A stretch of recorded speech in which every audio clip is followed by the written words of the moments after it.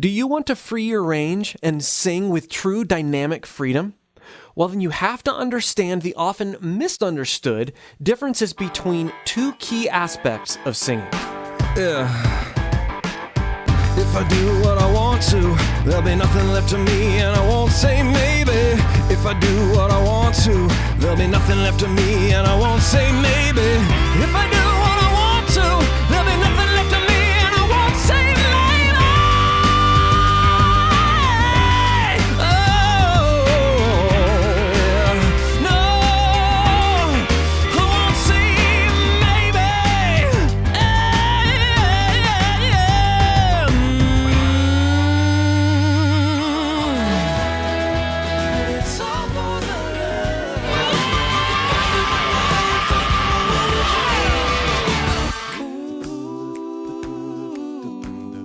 Hey, I'm Chris Lipe, and I want to help you understand the differences in feel and sound between these two aspects of singing, because the misunderstanding of these really limits people. I'm talking about closure versus compression. Before you click away and choose another video, stay with me here. I know these things definitely aren't the first things to come to mind when discussing range and stamina or dynamics, but that's the problem. So many people focus on their, let me hit this note. Oh, I just need to do these exercises to get up to whatever note or get down to a certain note, or thinking mixed and don't think in. A lot of people get sidetracked and they miss this distinction. How many times have you seen someone approach singing somewhat like this? I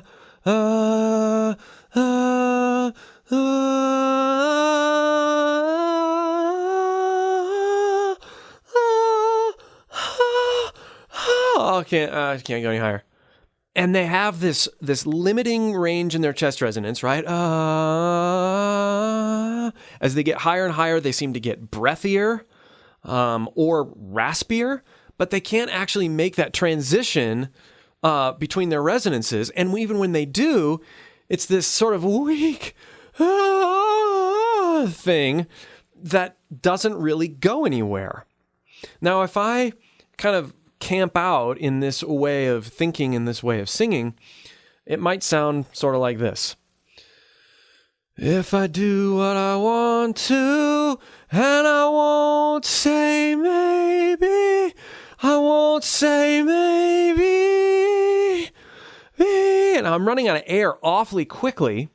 And even when I'm in my chest resonance, if I do what I want to, if I'm singing that way, I'm not singing very loud. I'm not using a ton of support, but I'm also not exerting much authority with what I'm doing, right? And singers will often phonate or close their vocal cords. I'm putting my vocal cords together and they're vibrating. They'll often say, well, I'm using compression there. I have good closure, so I'm using compression. And while they're not completely off, they are mostly off. Compression is not, when we talk about true compression of singing compression with our voice, we're not talking about the closure that comes from our vocal cords. That's phonation. That's vibration coming from our primary vocal folds. And that's entirely different than compression. I've done videos on compression on this channel before, and be sure to check those out. But we should feel, when we're adding compression, we should feel the area above our primary voice box engage. It's the same area, I've said this many times before, it's the same area that we use to close off air, and when we lift something really heavy, then that's the sound. Now that actually is shutting off the air, but it's shutting it off above the vocal folds. This is key. This is different than just having good closure. Now, if I have mild closure, or you could say poor closure, that's no vocal fold closure, right? I'm letting air pass, dries out my vocals almost instantly, right? I'm letting air pass through without any vocal cord closure. So there's two ways we can sort of close. One, vocal cords letting the air through with vibration, and that's where we get all our pitch and all our wonderful vocal coolness. But then there's the other side of things, which moderates airflow. Now, before I move forward here, you have to understand the basics of where your support should come from. You have to understand how airflow should move down and up. I encourage you to join my free vocal course linked below to dial in your support. And then dialing in your compression versus your closure is going to come much more naturally to you. So make sure you do that. If I sing this note, that's with good closure. That you hear no airiness, you hear no raspiness. Basically the same note, but my vocal folds are a little bit open. I'm letting a lot more air pass through. We want to get this feeling. But there's this sense when I'm going from here to there that I am holding back more air. I am. My primary vocal cords are allowing more air to be held back from my primary support. In other words, I can push more from my primary support and get more volume and get a cleaner tone. But there's a distinct crossover where I'm not counting on chord closure any longer to create compression. Let me demonstrate this for you. Closure. Now I'm going to use the area above or my false chords for compression. Yes, yes, yes. This allows me to push even further without creating more volume.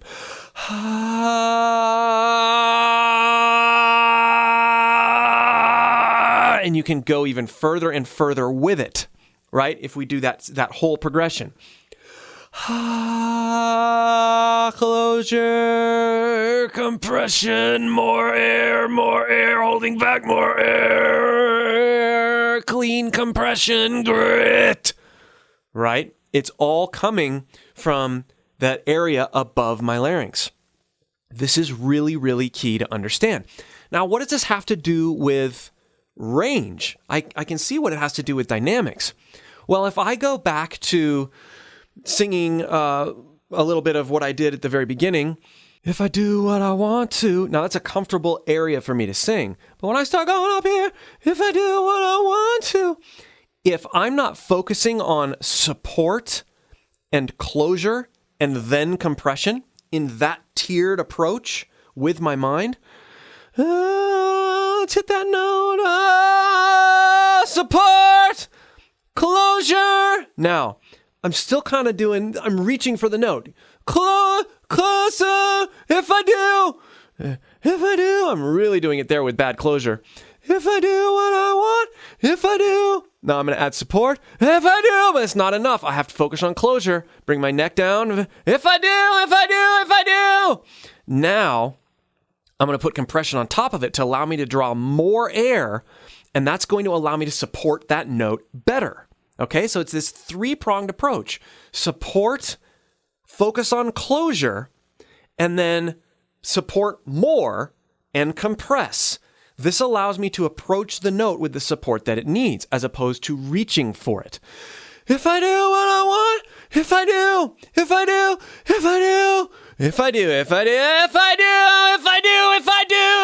I want to.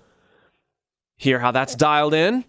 Yeah, here's the note poorly supported. Even though I'm pressing, I'm reaching for the note with poor closure. Now I'm going to focus on closure. If I do, I'm still reaching for it. But now I'm going to add to this compression. Think compression. If I do what I want to, and I won't say maybe. Now we have this sort of power in reserve that we can unleash on a note or a phrase. This is how I've done things for a long time.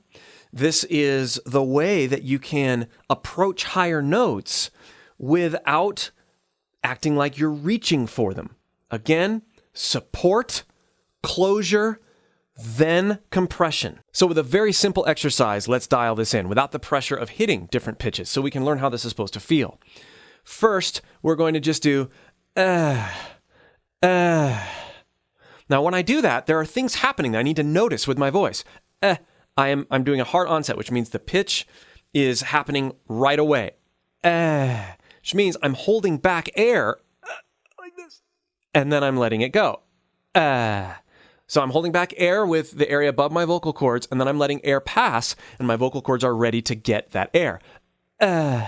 Then, as I breathe out and I let that pitch go down, I am opening my vocal folds. Right? It's getting progressively airier. By understanding this and by feeling this, I'm feeling the difference between those three different sorts of things. I'm holding back air. I'm pushing from down here with my support muscles. And then I am letting the air through with perfect closure on my cords. And then I'm letting them go. I'm opening them up and letting air pass through them. So if I can completely understand the difference between compression and chord closure in this exercise, then I can take it to singing. So let's do this at a few different pitches. Now,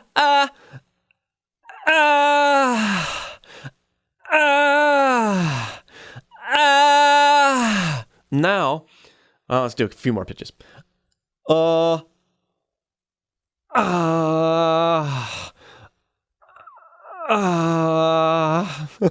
This sounds pretty stupid, but that's okay. We need to understand these feelings.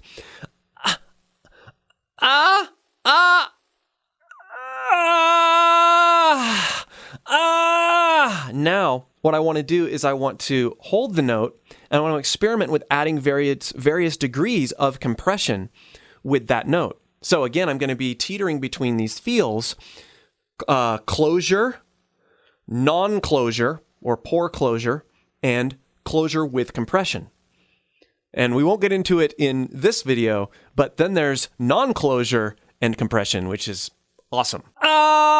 Closure, compression, compression, closure,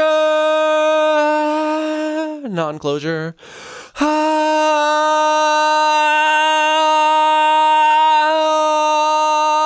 Now notice my tone doesn't change all that much, but the energy behind it does.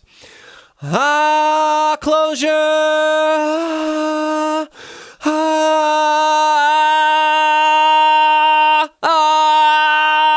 Let's do more compression. Yeah. Compression, compression, closure. Let the air through. Poor closure. Now, when I'm singing in poor closure, like that, my neck tenses up. It instantly tenses up, and you can even hear my voice. I dry out my vocal cords.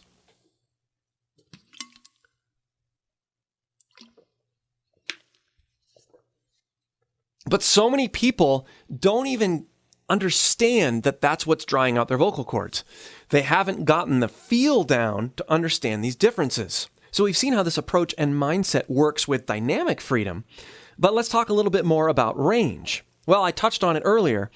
If we are focused on getting our note bracketed by proper closure, intentional closure, and then adding compression over the top, we are, in a sense, storing energy so that when we start accessing our mixed voice or transferring between different resonances, we are not trying to seek notes out. It's not dependent on dynamics. Let me demonstrate. Here's a note. It's a high note, okay? I'm approaching that note with good closure in a solid head resonance. Yeah! I can do that softly. Because I've discovered how a head resonance with good closure is supposed to feel. But if I want to add more energy to that, I can. I'm free to do it. I don't have to, yeah! I don't have to shout for it, but I can get there if I want to. Yeah!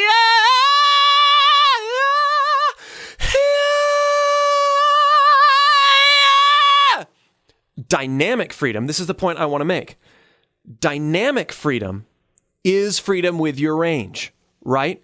Because if you push hard enough, a lot of us can get to notes, but we have no stamina after we're done because we're not approaching it from the right perspective. If we have dynamic freedom, if we can sing quietly, if we can intentionally sing with good closure, bad closure, and compression, we have tools in order to approach notes the way we're hearing creatively, rather than trying to go for a note in the only way we know how to hit it. I hope this has been helpful for you. Again, a lot more of this perspective, mindset, and physical sorts of tips in my free singing course. Click the link below, and we'll see you for more.